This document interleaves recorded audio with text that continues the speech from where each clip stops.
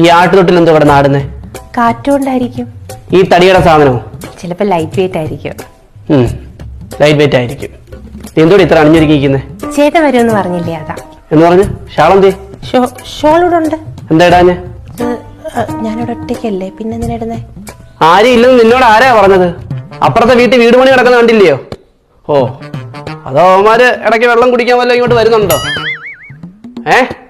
കഥ എന്തിനാടി തുറന്നിട്ടെ?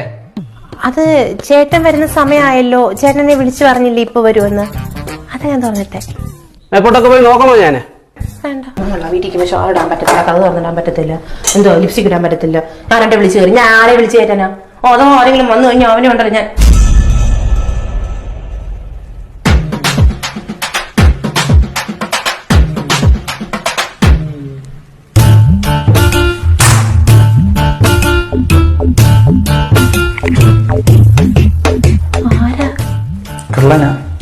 എന്താ ഈ സമയത്തൊക്കെ?